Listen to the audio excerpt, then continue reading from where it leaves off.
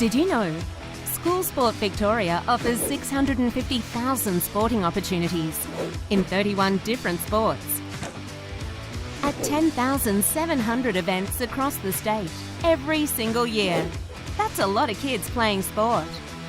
And for over 25 years, the Victorian School Sports Awards have recognised more than 1,500 students, teachers and volunteers for excellence and outstanding contribution to school sport.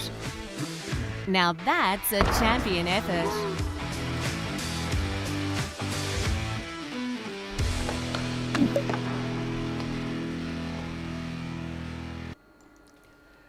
Good afternoon and welcome to our live question and answer we're calling Ask School Sport Victoria, or hashtag Ask SSV for short. We've got the very lovely Sue O, professional golfer, who's with us today, and we're so excited to have her here because she is a woman who has a lot of achievements. How are you, Sue? I'm great. How are you, Raf?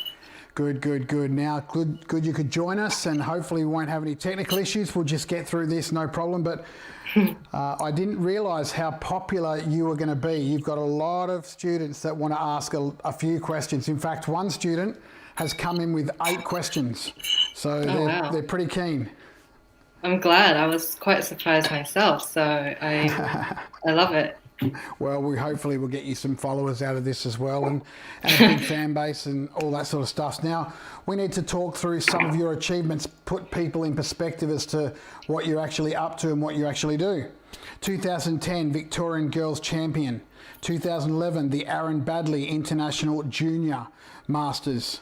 2012 Australian Girls Amateur Classic. 2013 Lake Macquarie Amateur Port Phillip.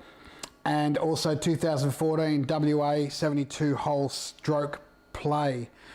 And in 2013 you were actually ranked Australian professional golfer, but you became the #1 ranked amateur in the world in October 2013. Now, looking at all those, that's a pretty phenomenal effort.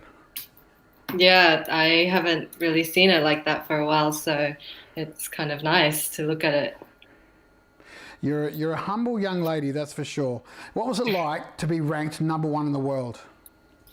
It was pretty special. It was, I don't know, it wasn't really anything different, to be honest with you. I was just like, oh, wow, that's pretty special. And I've kind of got an opportunity to be in that spot. So, yeah, and then I turned pro not long after that, I think.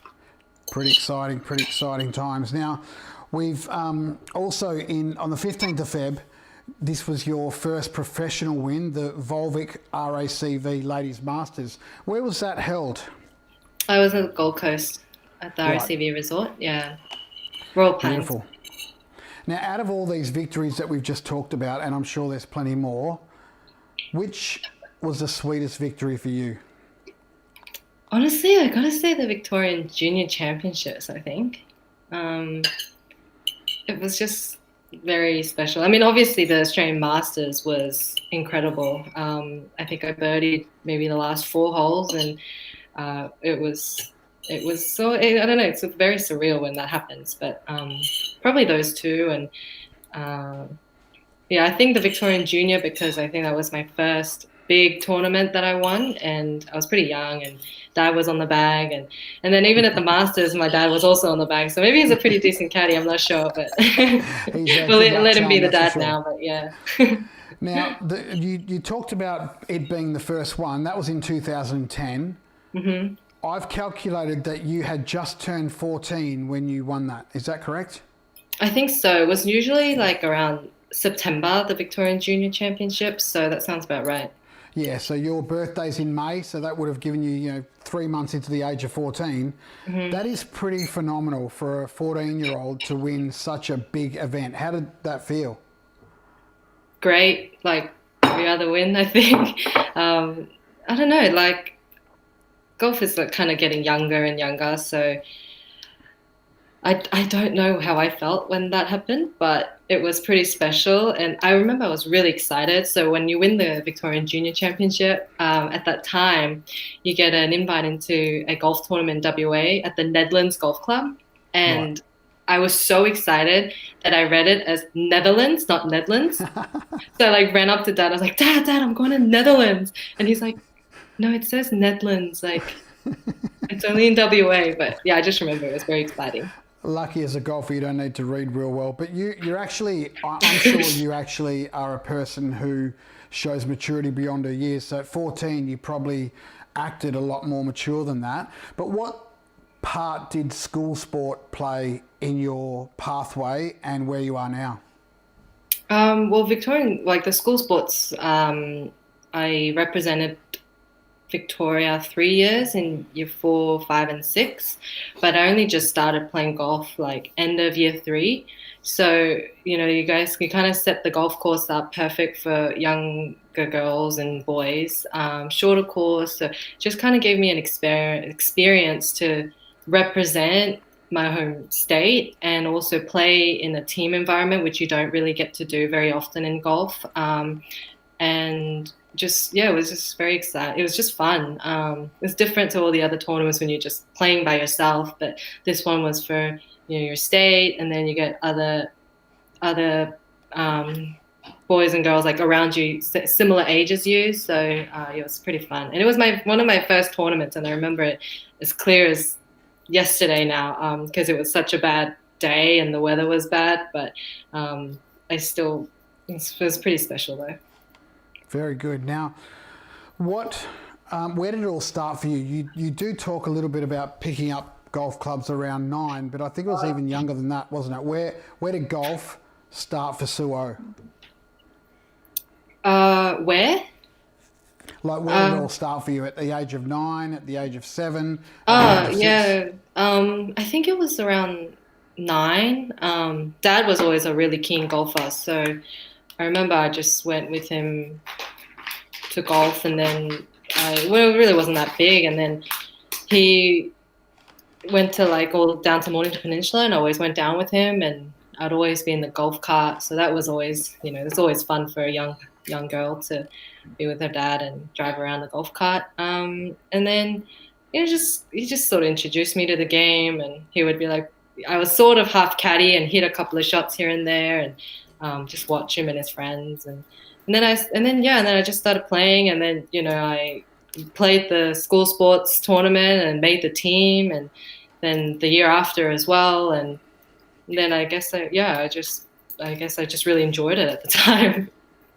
Very good. I think that enjoyment factor is really, really important. But we've got some questions that are rolling in both on our Facebook page, and we've got some young students who are keen beans and are going to join us live. But this is a question that's come in from Harrison Gomez, and he wants me to ask it on the show for him. Mm-hmm. He's from Hills International.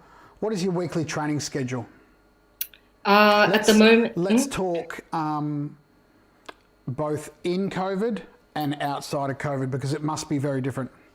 Very different. And my training schedule is very different when I'm on the road off to tour. But usually I'd explain that when I'm on the road a bit more, so when I'm playing a tournament, because it's pretty straightforward. Usually Monday is a travel day. So you're flying from one place to another, or you're driving from one place to another. Tuesday's a practice round. Wednesday's a pro-am. And then Thursday, Friday, play your tournament. Hopefully you play well, make the cut, and play Saturday, Sunday. And then that just repeats every week. And then when I'm home, when I'm not in quarantine, or during COVID, I guess, so a normal training schedule varies a lot depending on what I need to do, whether it's an off season or not. But during the season, I try and work on the things that I felt like didn't work very well the last, say 3-4 weeks on the road. So whether that's some technical stuff or my irons or driver. So I'd work on that a little bit more. But then every second day I'd like to go out and play. I like to play a bit more than I used to. And recently, I guess it was during COVID, I've only been able to, when the golf courses are shut, I did a lot of just little bit of run here and there. Usually try and run every day, or actually like 3-4 times a week. And then started to do a bit of bit more routinely for yoga, which I feel like it really helps my posture and my back. I get very stiff back, so I really recommend it to people who do that too. And then I think the biggest one, even when I'm home, is to play with your friends a lot and try and beat them, because that's always a way to compete and have fun. Very good. You got a lot of great answers there and tips for young athletes. Tell me, how has COVID affected you? We'll get back to it a little bit later, but how has COVID affected you at the moment? Definitely just no tournaments. That's the biggest effect it has, just because we travel so much as a job, and the entire border is locked down, and all the tournaments has been suspended. But I feel like it's a good time to just chill out, like a forced relaxation period, which I haven't had since for a very long time, even when I was at school. So that's been very different, but sort of like a reset button on your life, really. It must have been exciting when the golf courses opened up just recently. I'm sure you didn't haste. You got there pretty quickly, and you didn't wait anymore. Yeah, definitely. Unfortunately, my home course opened up Thursday, so like a day after it opened. So I went, drove an hour to the Morning Peninsula and then just played at St Andrews Beach so the very first day the golf course opened. It felt very weird. It felt like a beginner golfer. So. I was going to say that hour would have been a very great drive, and you would have loved driving it as well. We've got a young man named Levi who's joining us on the show right now. So let me just push Levi across now, and he will ask you his question. Levi, how are you there, buddy? You're a keen golfer? Yeah.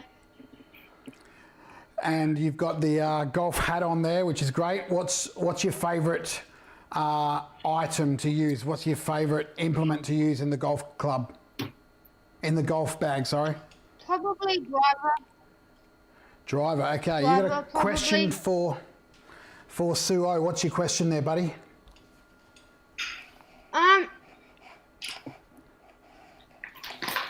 Approximately how much do you earn a year? Great first question, Levi. How are you doing?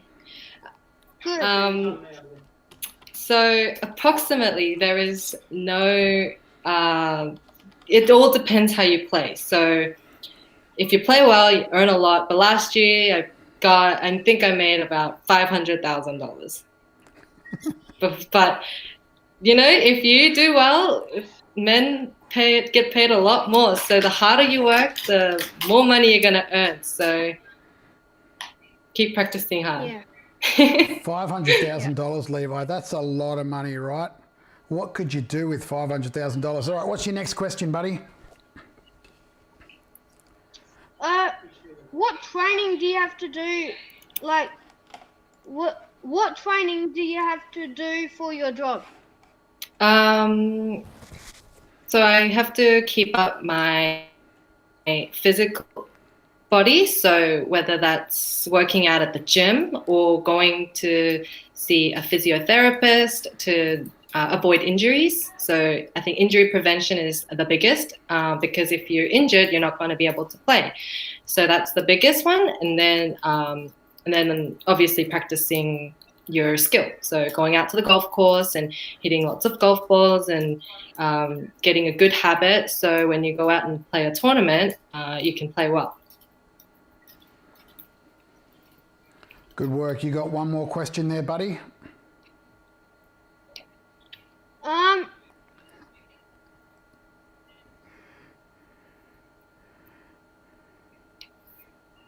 He's written them all down and he's making sure it's working.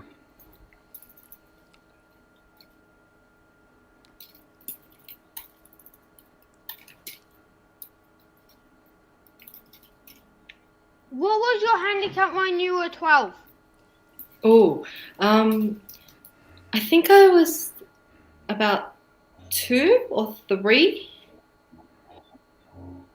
I was of 2 or 3, around that. Not bad, hey, Levi. What do you play off, Handicap of Levi? 2 or 3. Yeah, what do you play off, Levi? 17. 17? Oh, nice. Perfect. Where do you play? Langman. I don't think I've played there, but I'd love to go out and play there one day. Excellent. Thanks for joining us, Levi. Glad you could get on the show and ask the questions. We're going to keep moving with the show, but you keep watching on YouTube, all right, buddy? Yep, sure. See ya. All right, we've had some good questions there from Levi, and he had a few more there, but he obviously maybe got a bit shy. But we've got some more questions coming in as well, but we'll keep going. You know, what advice would you give to your 12-year-old self, knowing what you know now, playing a handicap of 2 or 3, which is pretty phenomenal? What advice would you give to yourself looking back? That's a tough one. I'm not sure. I don't know about advice, but if I could tell my 12-year-old what life on tour is really like, then I'd love to explain that to my 12-year-old self to see what life on tour is really like. Very good. Now we've got another question from a young man named Hamish. Let's move to the young man. Hamish, you like golf yourself, do you, buddy? Yeah, I do a lot. I've met Hamish. Yeah. What do you love about golf? What's your favourite thing, Hamish?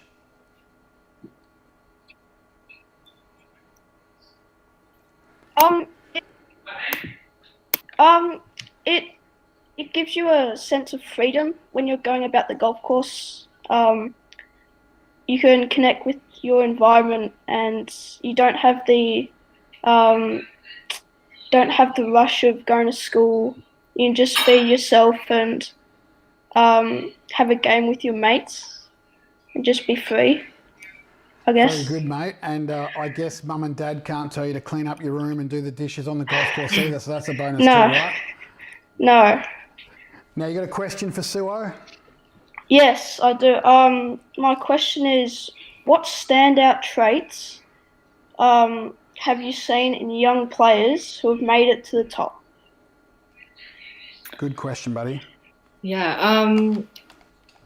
I think I gotta say probably the skill around the green and probably how hard they work and what things that they work on. Like I feel like when I talk to younger girls or boys, they have a very precise and good idea of what the things that they're working on. So they're not just out there just bashing balls for the sake of hitting balls, but they actually have a clear goal and they work towards their goal. I think that's kind of the biggest thing I found amongst the younger generation. Yeah. Now, I'm guessing you want to make it on the professional tour one day, young man? Yeah, I do. And what's the draw card? Is it the money, or is it the fact that you get the freedom walking around? It's not really about the money. It's just me doing what I want to do, what I like doing. So it's just really about having fun and being as good as I can. Fantastic, buddy. That's an excellent answer. And you know what? For now, at your age, you're probably 12, 13, 14, are you? Yeah, 12. 12. You keep enjoying the sport, you keep enjoying school sport, keep staying active, and one day the break will come and I'm sure we'll be seeing your name, your very complicated surname, up in lights. Yep. All right, thanks for joining us. Keep watching us on YouTube and we're going to keep going with the show. So there's some great questions there that we've got from these young people. We've just had an email from one of the girls, Jessica, who can't join us. She's having technical issues, but we can get through some of these questions pretty easily. We've got some more that have rolled into Facebook as well. We've asked Harrison's question, but this one in particular is an interesting question.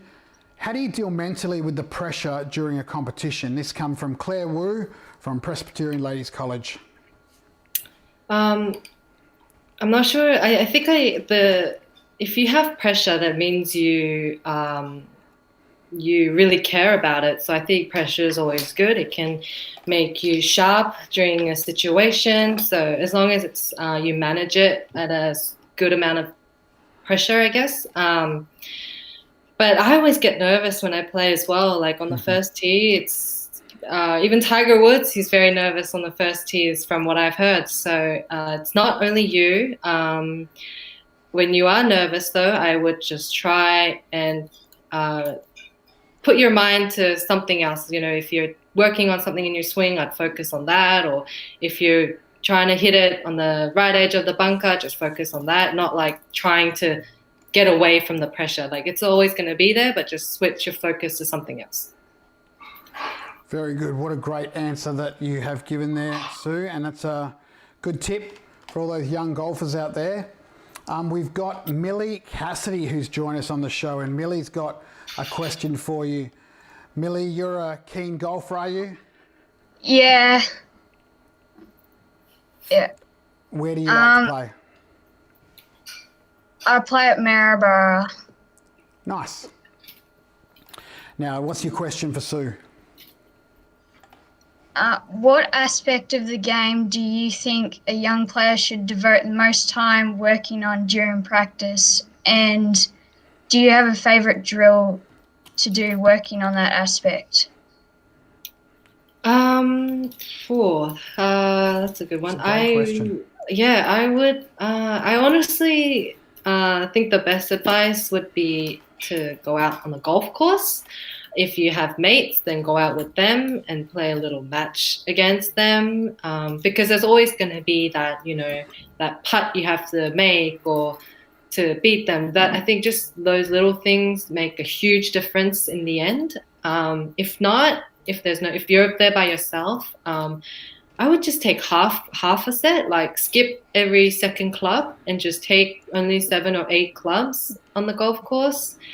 Hit different shots, because sometimes it's either a 7 or an 8 when you're playing, and if you're in between clubs, you just get to practice those shots when you have every second club in your bag. So that's a very good drill as such. But I think if it's like a technical drill, like your coach, I'm sure can give you plenty. But from a playing side of things, that's the advice that I would give you. Brilliant. Does thank that you. answer your question there for you? Yeah, thanks. No worries. Thanks for joining us. We're going to keep going with the show. Keep watching us too. And thanks for joining us, young lady. It was great. We're going to keep going and keep asking the questions. We've got one that's come in from Jazzy Roberts. I don't know if you know Jazzy Roberts, right? Yeah, I'm mentoring Jazzy at the moment, actually. That's what I was about to say. You're mentoring she Jazzy texted Roberts. me saying she has to go to school. But I Such know an the school interruption. gets in the way. Listen, her question is, she's an up-and-coming superstar, this young lady, as you know. She's got a lot of talent. But her question's pretty simple. What challenges had you had to overcome to stay in peak form during coronavirus, and have you managed them? The biggest challenge is obviously the playing and the competition level that really keeps you sharp, but haven't had a chance to do that. But that's not only me, that's everybody else. To keep fit, I think I've just sent some videos to my coach, so maybe some mirror drills that I can work on. This is just a great time for you to fix things in your swing that you haven't had a chance. So just, grind out those things that you've been trying to do but haven't had a chance. So that's just been a good time. But just at home, little things like stretching, like I mentioned, going for a run, yoga, just all little things like that. But I think the biggest difficulty is just not getting annoyed and frustrated, not being able to go outside. So just managing that well. Very good, very good. Now we've got another young lady who's joined us here, Olive Spitty, who's going to join us now and ask you her question. Olive, you're a keen golfer as well, hey? Yep. Where do you like to play? Kerang and Murray Downs. Kerang. So just for your information here, Sue, this young lady is from St. Joseph's Primary School in Kerang, all the way out in the country. What's your question for Sue? How many hole-in-ones have you got, and how much did you practice when you were a kid? That's a great question. I've made, I think, about 7 hole-in-ones, but none of them have been on a car hole. So when people get these fancy cars for getting a hole-in-one, I got none of that. I just got -2 off my scorecard, which is always nice. But I've had about 7, and a lot of my practice was, just before, like after school mainly. It wasn't like living in Melbourne. Sometimes I'd get a little bit of practice before school in summer, but then I'd be too tired for the rest of the day. So Monday to Friday, I would practice after school, and then Saturday, Sunday, I think I've always just played 18 holes at my golf club. Great question there, young lady. Now, what do you hope to hit the professional circuit and follow in Suo's steps? Yep. Yay! Very good. Well, you keep practicing and you keep enjoying the sport, and thank you for joining us. Thanks. All right, we're going to keep going with the show. We've got some great questions that are rolling in. Like I said, Jessica said she couldn't join the show. But she has a great question. Do you have a specific practice routine leading up to a tournament? And if so, what would a day look like?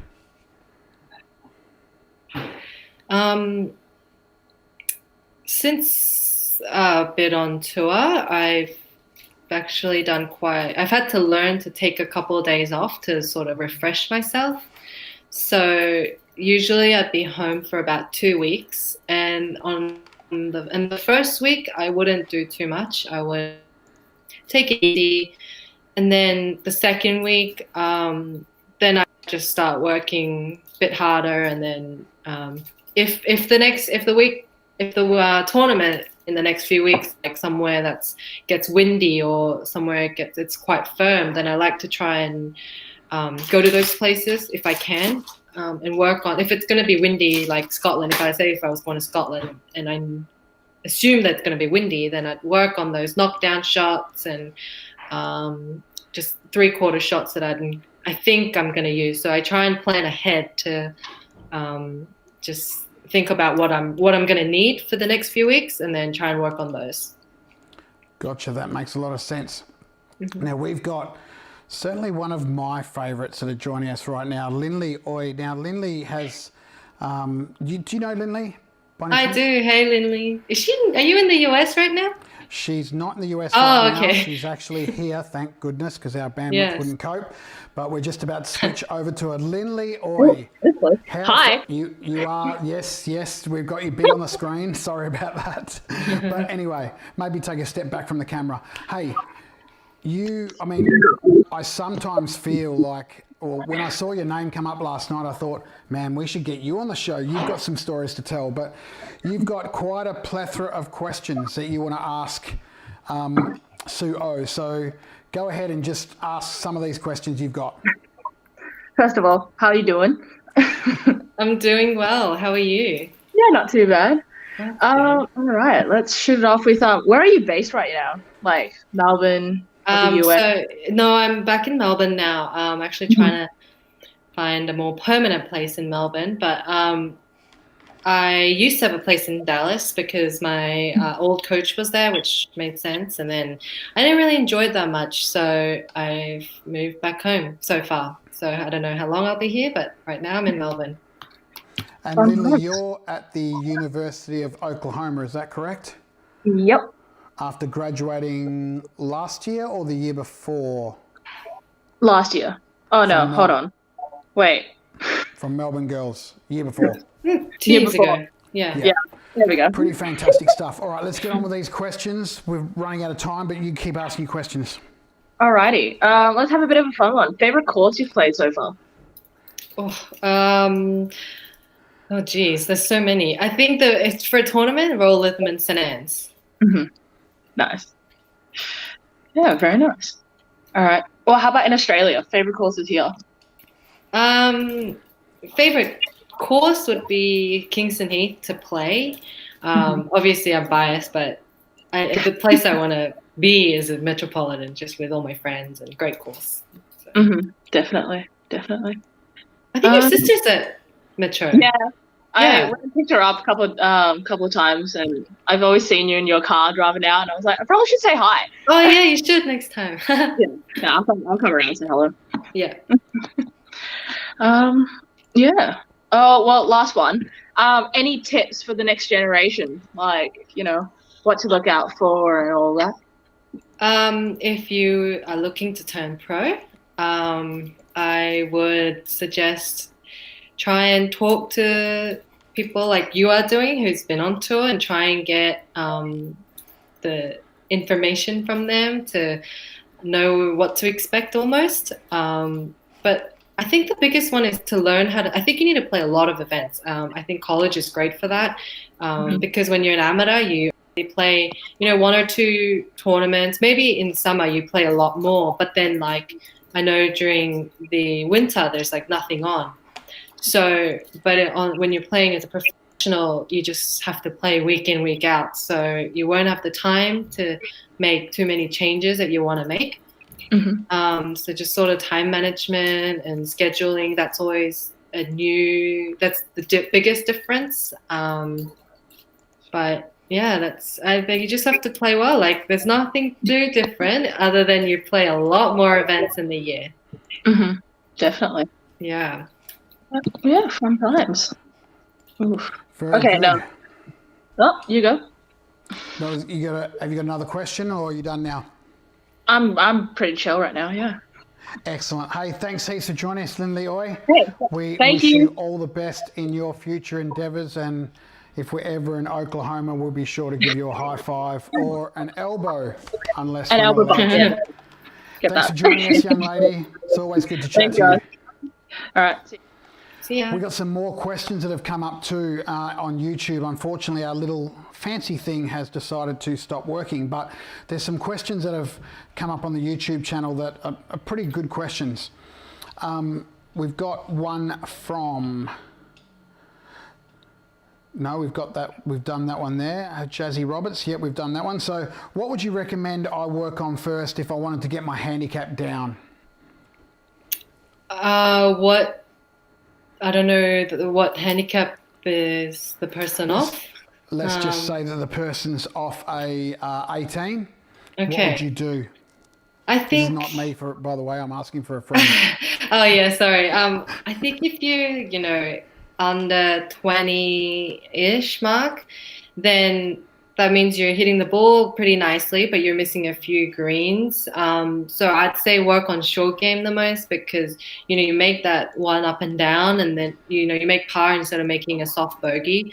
Then you just get on a bit of a better momentum to keep it going. So I would say short game most important, and then if you around scratch or something, then I think obviously your short game's pretty good. But I think probably iron play, the closer you hit it, and you can shape the ball a bit better. So that always helps to lower your score. Gotcha. That makes a lot of sense. Now we're just looking at putting Rupert on. I'm going to see if we can get Rupert on the line here. We're just experiencing some issues here. But Rupert, you're on the line. Why don't you ask your question to Suo? How long would you normally practice per day when you were a junior? On the weekends, I did practice a lot. So I would play 18 holes and maybe practice for another 3 hours afterwards. But on the weekdays, I obviously didn't run out of time. My school was very, very accommodating. So I think during PE, Wednesday, they let me off at 1 p.m. So I had one day a week where I just got a bit of a longer practice. But on the other days, it was around 4:30. I'd eat in the car after school and then get changed at the golf course, and then I'd practice. And And then so about maybe like 3 hours, depending when the sun sets. But in summer I got to practice till a bit longer, so short and sharp practice. Mm-hmm. And what was your favourite thing to practice during the week?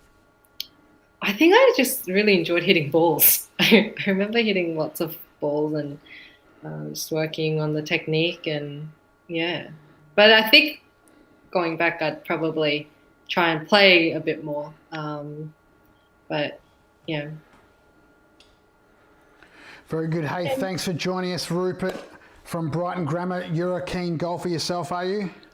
Definitely, yes. Oh, one more thing. I would say work on your speed putting. I think that's very important. Okay. Yeah. Thank you. Very good. You got some good tips there to work on, and we've connected you with an Olympian and a pro golfer, so that's pretty exciting stuff. Thanks for joining us, young man. Keep watching the show, and we will continue with the show.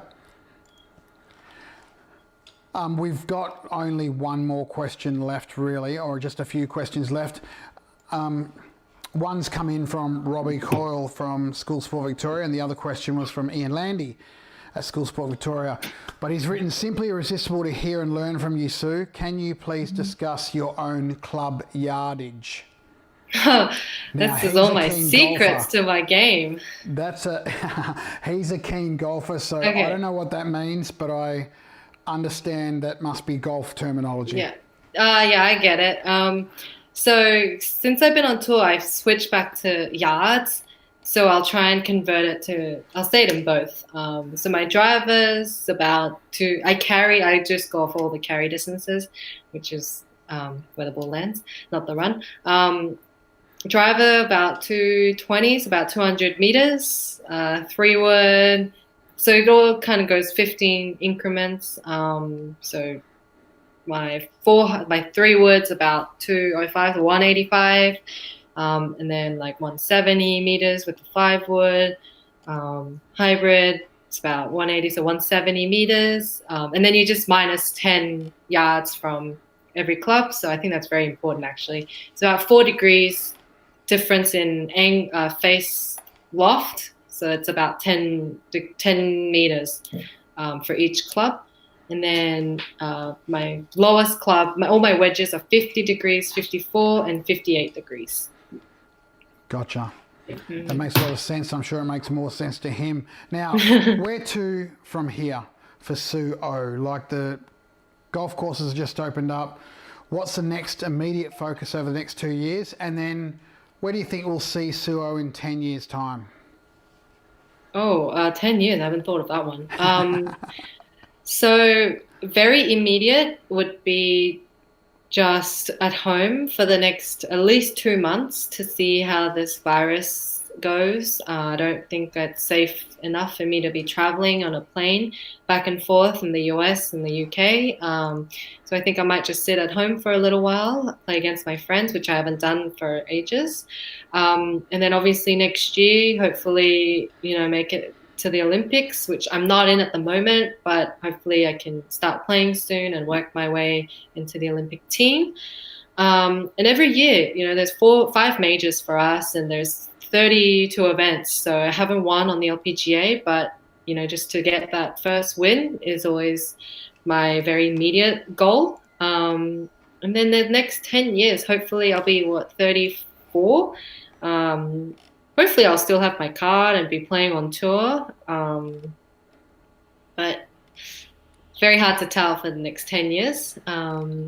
Yeah. Very good. Now, how can, if someone wants to contact you after the show, how can they get in contact with Sue O? What's the best method? Probably social media like these days. So Instagram? Instagram at Sue O Golf, which is Twitter as well, at Sue O Golf.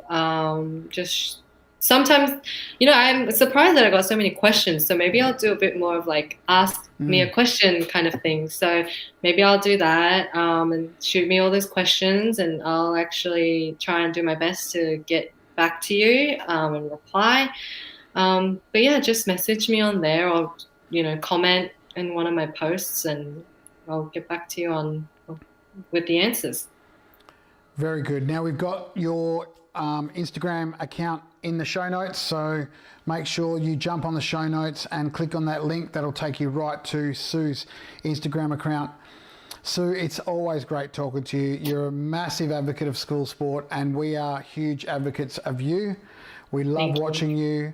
We love championing you, and we know that the future is much brighter than what the past has been so far. I believe the best years for you are yet to come. So we're pretty excited by what that looks like. And the next 5 years, just don't forget us when you become really, really professional, okay? Okay. Hopefully, I like the sound of that. So that'll be good. Excellent. Well, whenever you're in Melbourne, we love to connect, and we've been able to do that today. So thank you very much for your time. We really appreciate it. Good luck in the future, and we will continue to do these live shows. Next week, we've got Joshua Dunkley-Smith, who's an Olympian ANCOM Games rower. So we're pretty excited by that. And for those of you who are watching, jump on our website, the School Sport Victoria website, and make sure you get involved in the virtual cross country, which is taking place right now. And we're pretty excited by that. It's getting a lot of traction as well. Maybe Sue, maybe you could do a 2 kilometre walk or run and time it and send us a photo of you doing it. Maybe, yeah. 2 kilometers. I've been doing that, so I think I can do that. I'm sure you do. In fact, on a 18-hole course, you'd cover a lot of kilometers, right? Yeah, I've heard it's like double the distance. So if it's like a 6,000 meters or 6 kilometers, and so you double it walking. Very good. Thanks heaps for joining us.